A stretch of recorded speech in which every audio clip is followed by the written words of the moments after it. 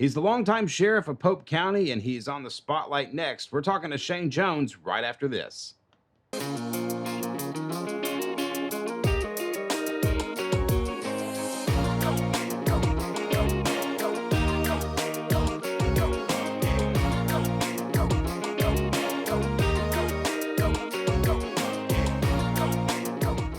From the beautiful Alathus building in downtown Russellville, we welcome you into the Spotlight presented by Alathus Realty Live. If you're in the market to buy or sell your home, give us a call today, 479-968-5668, or cruise on over to russellvilleliving.com. If you miss any of our Spotlight episodes, you can always check them back out on the Facebook archive. You can look them up on YouTube or find them on Google Play, Spotify, or iTunes. Coming up next week, next Friday morning on KARV, AM 610 and 93.1, Emily Young joins us for the Spotlight, so don't miss that. That's at 8:30 on Carve next Friday morning. Today, however, we have the Sheriff of Pope County, longtime Sheriff of Pope County. His name is Shane Jones. Sheriff, thanks so much for coming in, brother. Good to be here, Drew. It's good to finally get you in here, my friend. Yeah. How are things over in the department? Man, we are just trucking right on along. You know, everything is going good. Our jail is at capacity or over capacity, and we seem to stay that way right now. But everything's going great. Let's talk about that for a minute because I Sure. am curious about that. You can Sure. go, of course. There's a group of people that I know that like to go onto the inmate roster and just kind of check things out, see where everything is, and you can find that on the Pope County Sheriff's Office. But being over capacity, does that present some challenges for the folks over there? Oh, it does. It really does, because it especially in today's time when we're living in the COVID environment, it's hard to be able to do the quarantine and the way it's properly supposed to be done, because we just don't have the room to do it. So yeah, it does. It presents a lot of challenges. What are how are we overcoming those challenges at the moment? Well, we're basically we're just trying to make it work. Doing We're doing the the best we can. If there's an empty space, we put a mattress there, and that's where they are. So if it's on the floor or whatever, and we have these designed plastic. They kind of look like a little boat or whatever, but that's what we put, and then we put their mattress in that, and that's where they stay.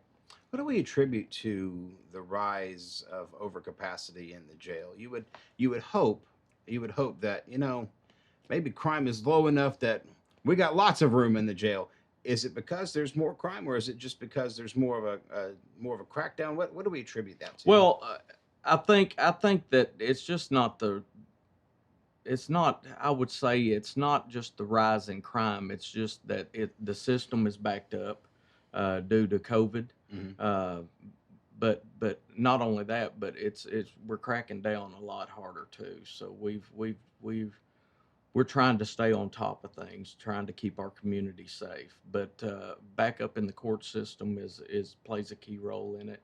And then when you have a backup in the court system, you also have a backup in the Arkansas Department of Corrections system. Right. So this COVID, the COVID has really put a damper on a lot of that. I want to talk a little bit about some of the conversations that are happening nationally. Sure. We were mentioning off air a little bit that there's always this conversation about law enforcement. There's conversations about brutality and that kind of thing, which really, in my mind, can be at times overblown. Mm-hmm. The training for the Pope County Sheriff's Department, you and I talked about this several Mm-hmm. years ago, is so important. Is the stigma unfair, first of all? And two, what steps does the Pope County Sheriff's Department take to make sure that that doesn't happen here? Well, the key role in any great law enforcement organization is train. That's the thing. The 3 T's: train. Right. You have to train, especially in today's time. We require our officers to at least go out with their firearms, shoot 4 to 5 times a year. Speaking of that, I'm pretty proud. Our quorum court has helped us tremendously. We're starting a training center out in Pottsville area.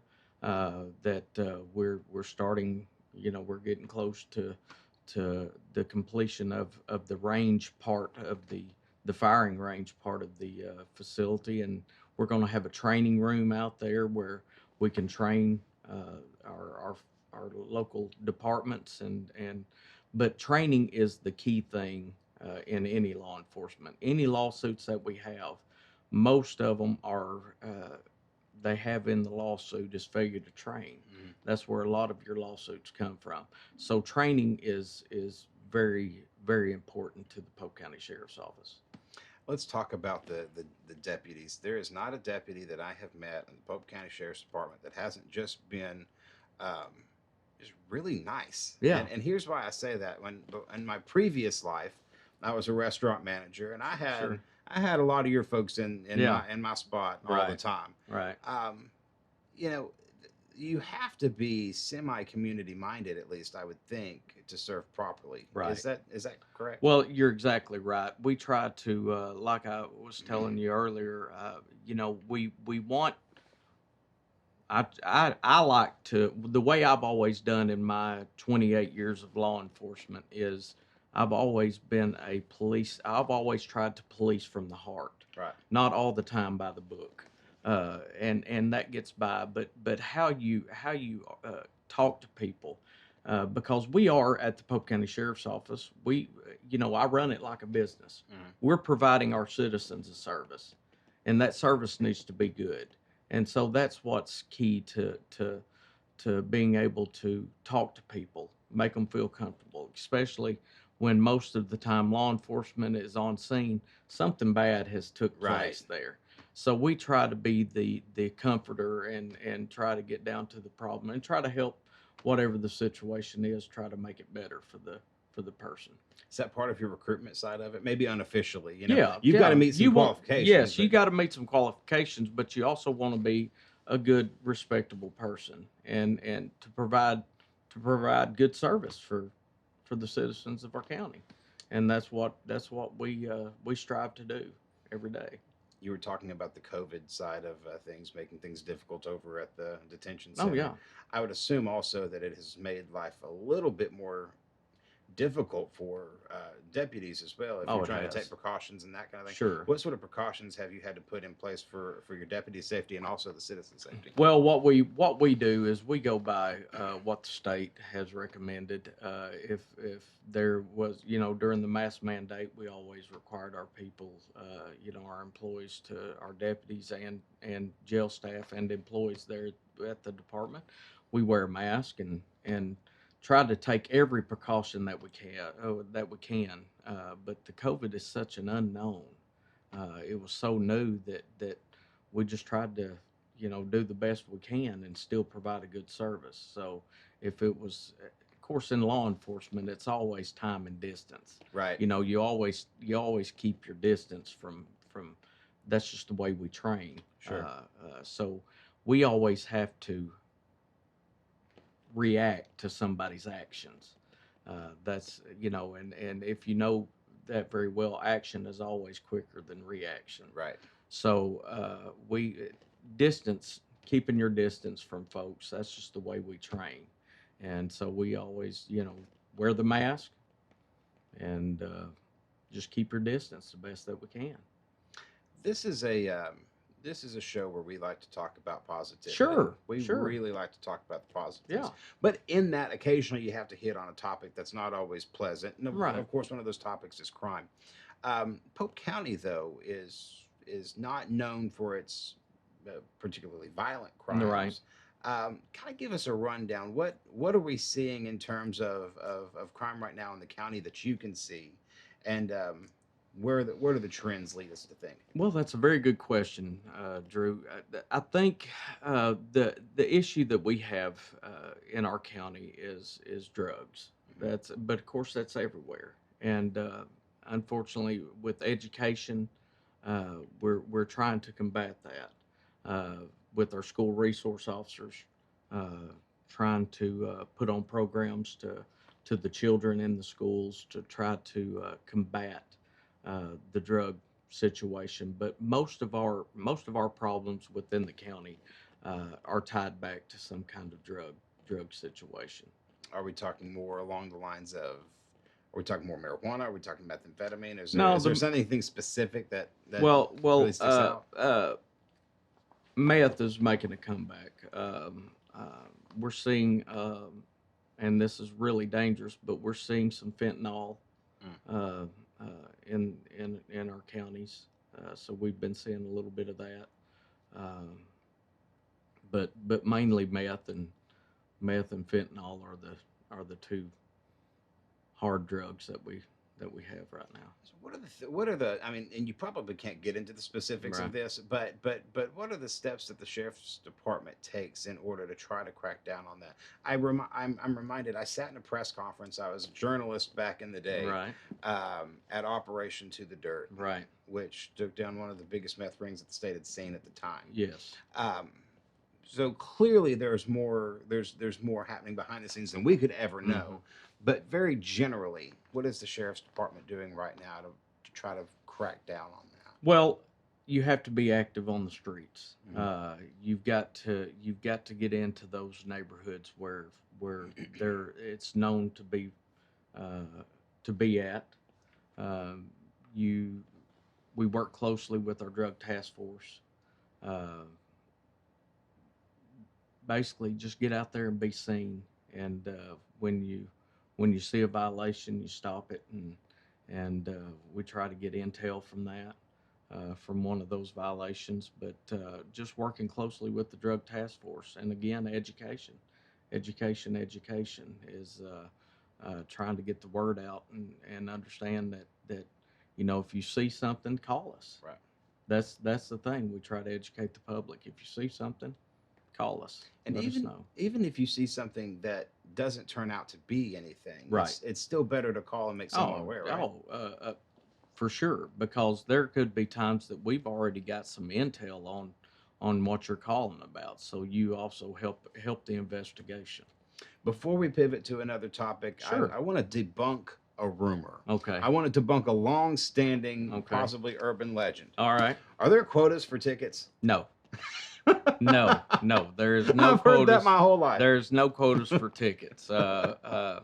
If My opinion is if you're banking on tickets, that's not the way to police for me. Right. That's not in my. It's not economically viable that's either. Not Yeah. that's not all you're doing is punishing our citizens. This is just my opinion. This is Shane's opinion. You punish our working citizens for. Now, if somebody needs a ticket, this way I've always been. If somebody needs a ticket, you write them. Right. But if you can give them a warning, that goes a lot further. So, and I've stopped a lot in my years. I've stopped a lot of young people out there that was speeding excessively or something like that, or driving reckless or something. And my deal is I would just get on the phone with their parents. I'd be like, let me call your parent while I've got you stopped here. And I would just tell mom or dad, hey, this is what I just caught your son or daughter doing. And That's can you worse than the ticket. can you handle it for me? Instead of me giving them a ticket and a lot that goes a long way. So so let the parents handle it and send them on their way. And if I catch you, if we catch them again, then we'll cite them after that. But most of the time, the parents have always been nice enough to help me out. I imagine they've been nice enough to help you out on that deal. Most of the time, that helps a lot. I know it did when I was young.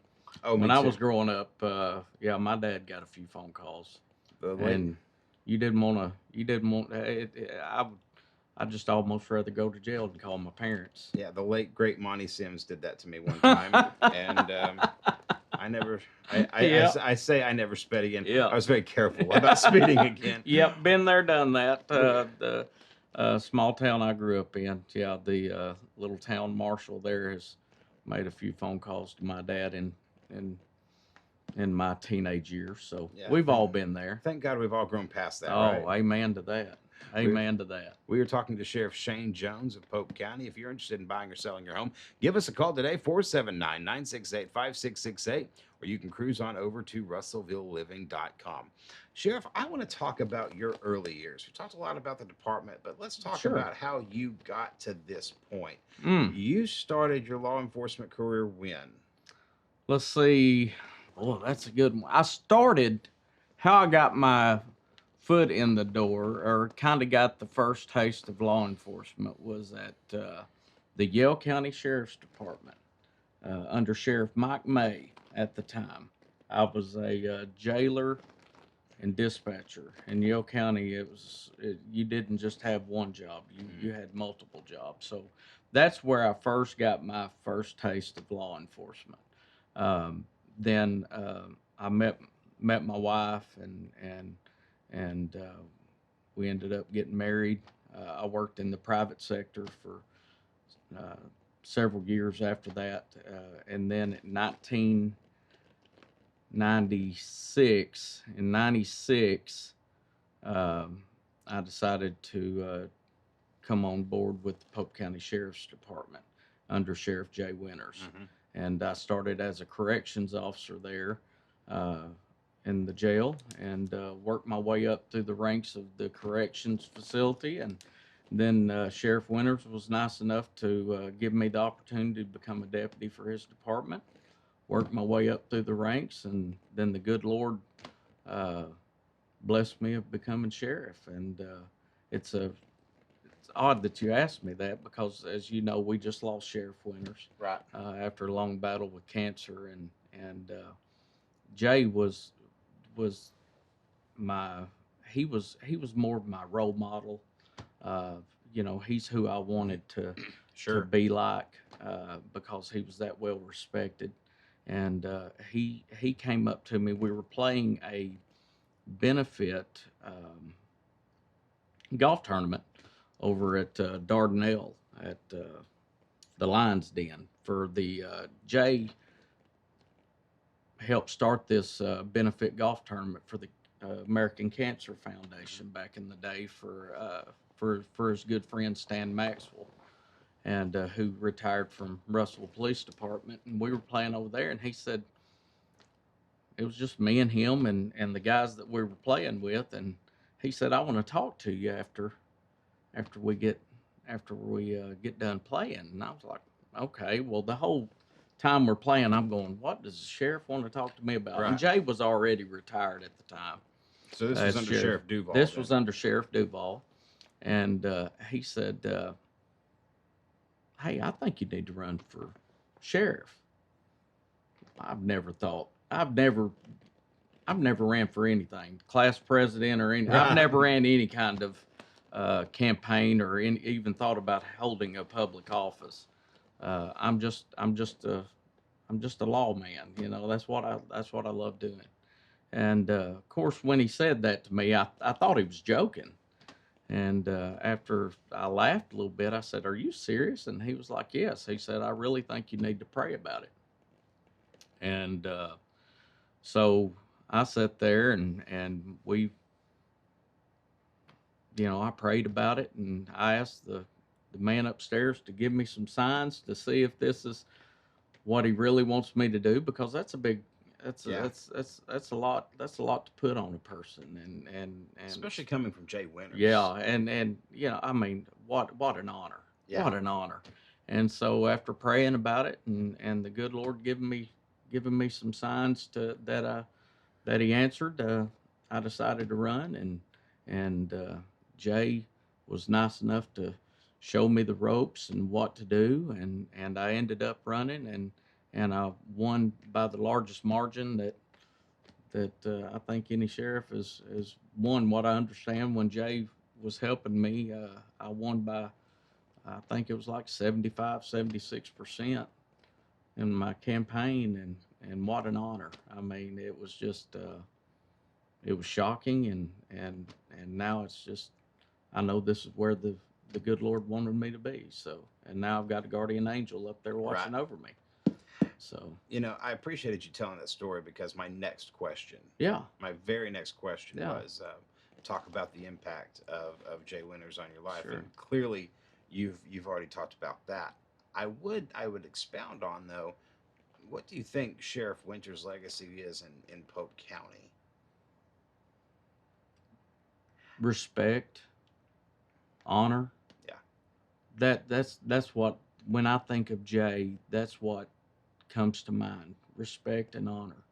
Sheriff Winters was a man that it didn't matter what level you were on in the financial aspect. Yeah.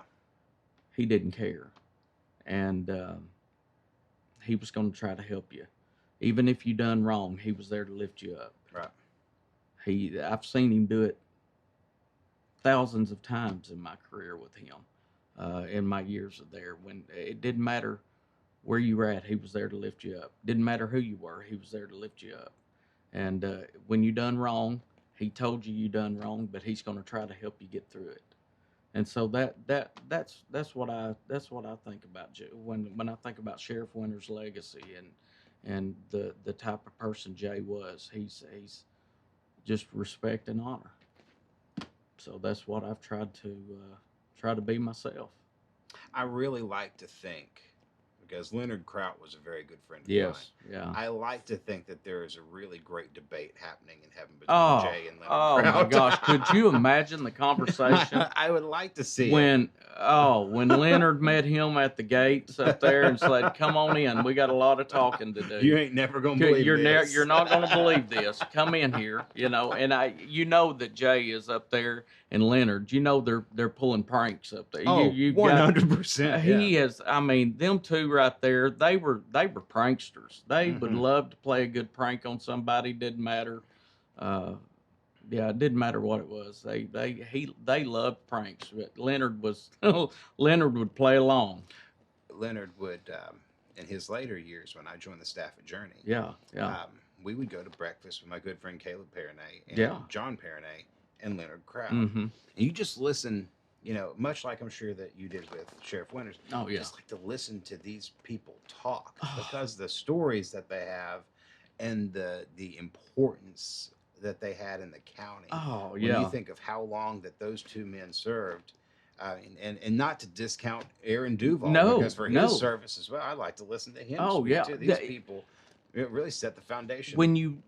How you learn, to me, is just sit back and listen. Like you said, that does a lot of learning, because when Jay left office, Sheriff Duval came in, and Sheriff Duval had so many years in criminal investigations. That's his heart was in criminal investigations. I'm not speaking for Aaron, but I just know how Aaron was.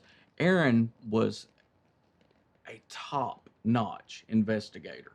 I mean, even when you went into his office and you didn't, you haven't even. I mean, you worked there and you felt like, well, I need to confess to something. Right. Exactly. That's just the way Aaron was. I mean, but if you just sat back and you listened to the stories that they would tell, you learn a lot. Right. Because that was so many years of experience with Aaron and Jay, and that's what I just sat back and listened. Yeah. And said, what would you do in this? And I still lean on Sheriff Duval. There's times that I see him and I say, hey, had this, what would you do? What have you done? And he's a great mentor also. So I want to circle back to something that you said earlier. You started your career in Yell County. But you mentioned way back in the early part of the interview that you were up in the Marshall area at some points. Is that right? Marshall? Is that what you said? No.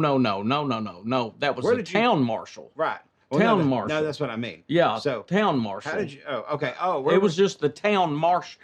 They called them, instead of police in them small towns, they're called the city marshal. Okay, I thought you were up from not Marshall. Searcy County Marshal. Okay, no. So where are you from originally? Well, I grew up and graduated from Yale County. Is where I grew up at. It was a small. My dad had a store in the town of Plainview over in Yale County. That's where some of my folks are. Yeah, Okay. Plainview. And that's where I kind of grew up at, was small town Plainview. So the Rover Onyx area. Rover Onyx, but my dad's family, the Jones family, my dad was born in Bluffton, up Fush Oh, I Valley know area. exactly where that's That's at. where my dad was born, in an old house out there. My dad's been gone, I think, now 6 years, 6, 7 years now. Yeah, that's where he grew up. He Now, grew up at. did he have any experience in being a lawman? No, no, Because some no, of my folks no. out there were definitely moonshine runners. Most of my family ran from the law. Well, They so did didn't. mine. Yeah, yeah. Most of my family ran from the law. Uh, that's where that's where most of mine. There were some of mine that probably run. Some of them probably still do it today. But most Yeah. of my family ran from the law. Most- Not got into the business. My Yale County folks, if your family were law people, they did not interact because there was definitely some moonshine running back in the 60s and 70s. Yeah, there's some of them that you still got to flash your lights just to pull up the driveway. Right. Hey, I'm coming. Just I'm coming up. So. put everything away. I'm coming up. I'm just saying hello. Right. It's Thanksgiving. Let's behave now. Yeah. They're probably going to be mad at me when they see this. You're giving too much information. Right. Exactly. I find that interesting because there's Plainview is such a fascinating area. It is. I mean, for as small as it is, there's a lot of really talented folks that have come from that area who have had a lot of influence. Yeah, it's a back then, and it's been a long time since I left Plainview in '91.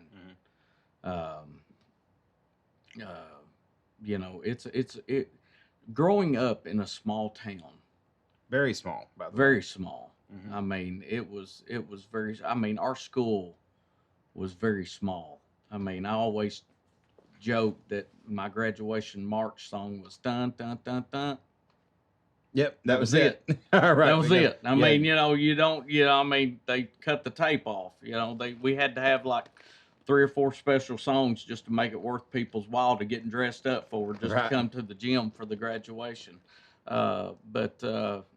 No, it was such, looking back on it now, you don't realize how important it was to grow up in a small town. Yeah. And where if you done anything wrong, if you were at a buddy's house, you got the whipping just like your buddy did. Right. And his parents gave you the whipping, and that's just the way it was over there. I mean, you got corrected along with everybody. I mean, they really watched out for everybody. It still is like that over in a lot of ways. Yeah. They watched out for each other. So if you're a kid over there, you had people watch. You could, back in those days, it was you could run around town all day. I mean, most people understand when in the summertime you got up in the morning and mom or dad said, "Hey, go outside and play. Just get outside and do something." We didn't have the video games in my days that where you stayed in the room all day or stayed in the house. We were told to get outside and just come back before the sun comes down. Right. Go do something. And you were safe doing that. So that was what was nice about a small town, because everybody watched you. They could say, "Well, here comes little Shane," or here comes Michael, here comes whoever, here comes little Drew up the street. He's doing good. And if they seen you doing something wrong, they corrected you. Right there on the spot. That's just the way it was. It was like that in Newark, up in Independence County. That's okay. My first 10 years was there. And Newark is very comparable to Plainview. Yeah. In size and scope. Yeah.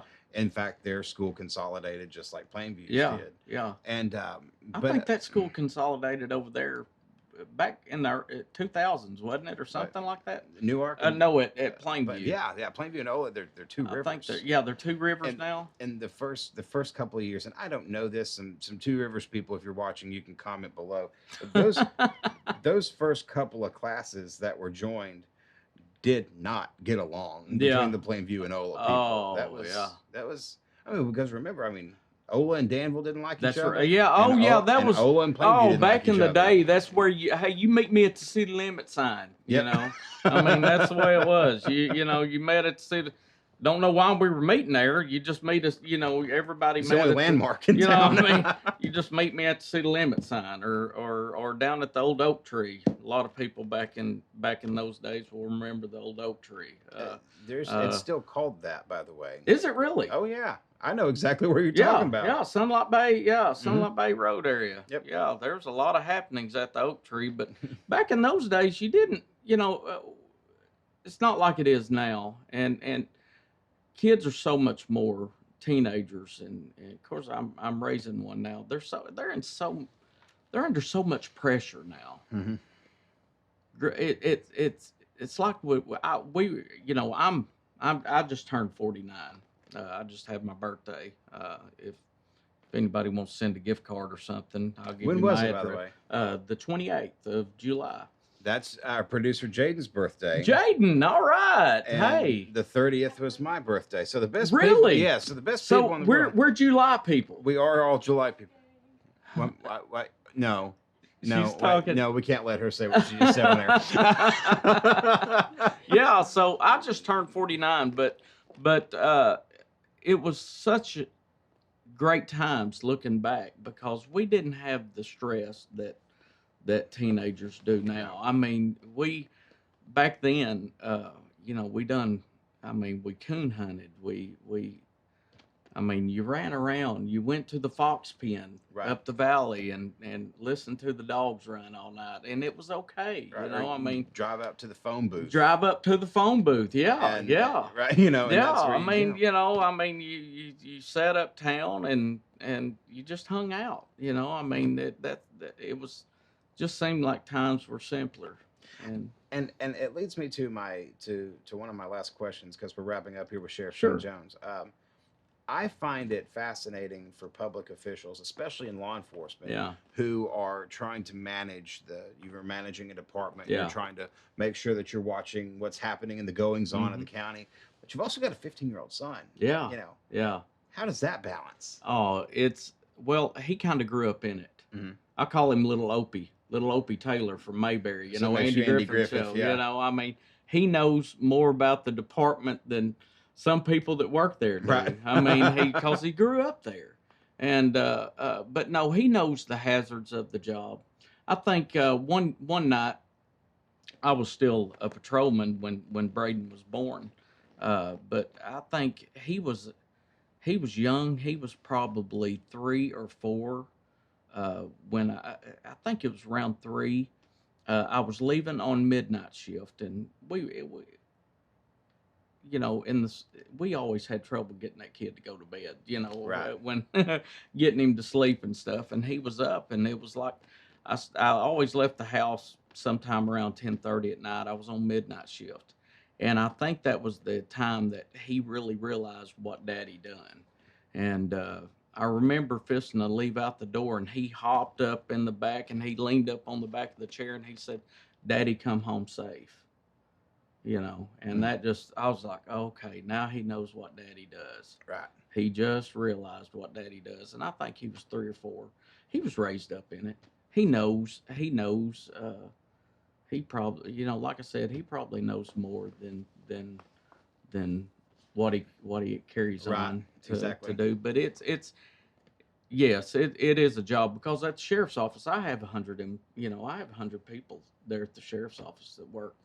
100 employees. A lot of people don't realize it's that big, but I have 100 employees there at the sheriff's office, and we're a big family. Now we're dysfunctional, but like any family would be. Right. We're a dysfunctional family, but we're a big family. What do you expect from somebody from the Southern Yale County area? You know what I mean? Yeah, but no, Braden, my son, he's a blessing. He wants to do something. When he graduates into emergency services, I think he's got a calling to be. He wants to be. I think he's leaning more towards fireman. He's matter of fact, if the fire chief is watching, he wants me to introduce. He wants to meet him and bend his ear on some things. So I think he's looking more in the fire department. Of emergency services, but either that or game warden. He has an interest in game warden. So, and that's okay. That's okay. It's he's a good young man, and that's who we need in the career because law enforcement is they're getting kind of a bad rap. Yeah. Well, they are getting a bad rap. Now, don't get me wrong. There's wrong in everything. Mhm. There's bad in everything. Sure. There's bad doctors. There's bad lawyers. But unfortunately, they put an umbrella over what one bad officer does, and to the whole career. And what's been going on in the media, it's just hard to recruit young people Right. to get into emergency services in general, law enforcement especially. So I'm okay with that. If that's what he wants to do, I just want him to be happy. And so I just want him to be healthy and happy and live a good, we raise him up in church and be a good Christian young man and just have a good moral standard and he'll be fine. But yeah, Braden's it's when you're raised up in it, that's all he knows. I Right. mean, that's all that I mean, I've been lawman ever since he's been born. So he's pretty comfortable with it. When did you know you wanted to do this?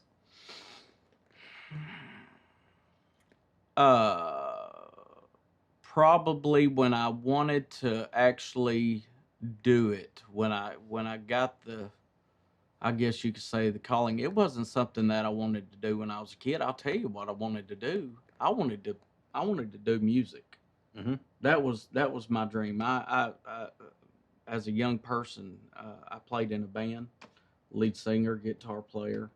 That was where what I concentrated on as a teenager was playing music, uh, while the other kids was out, uh, running around doing that. I was playing honky tonks.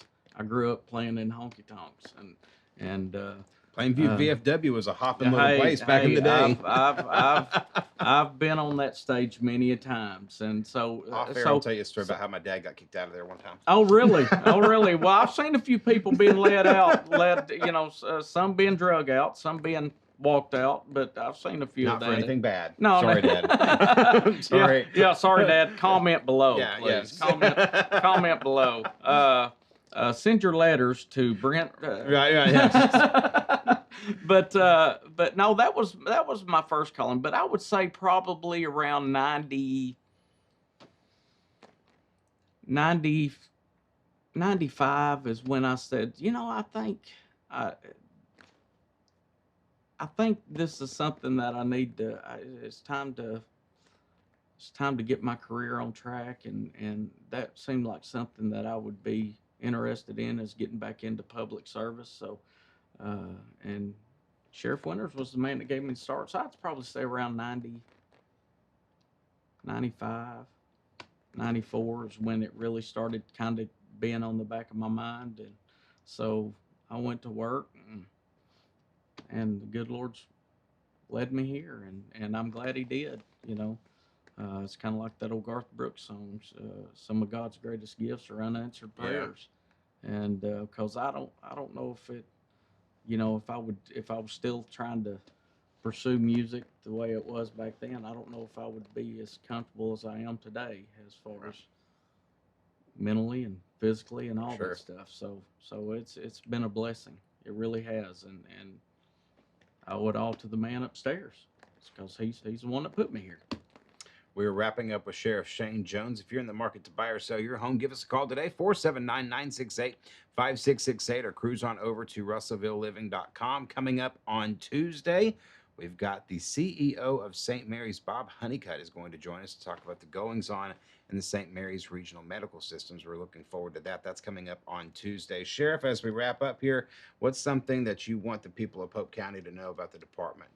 Well, we're right now we're discussing building a new detention center. That is the number one thing right now that we have got to do, and we've got to add some bed space. So right now we're in the early talks of that, and so we just need to stay on that track. So right now we're talking about a new detention center, because we're busting at the seams out there. We need more beds. Sheriff, thank you so much for coming on. Thank you, my friend. We got to do this again, bro. This was fun. Hey, let's do it. I'm ready whenever. Sheriff Shane Jones is Pope County Sheriff. And folks, and by the way, before we cut off, if people have questions or just general Sure. need some information, how can they get a hold of you or the folks at the department? Sure. You can give us a call out there, 479-968-2558, or you can email me at shane.jones@popecountyar.gov. All right, very good. Polk County Sheriff Shane Jones has joined us. Thank you so much for joining us on this Friday edition of the Spotlight. We've got great Spotlight guests coming up next week. Look forward to that. Have a great weekend. We'll see you next time.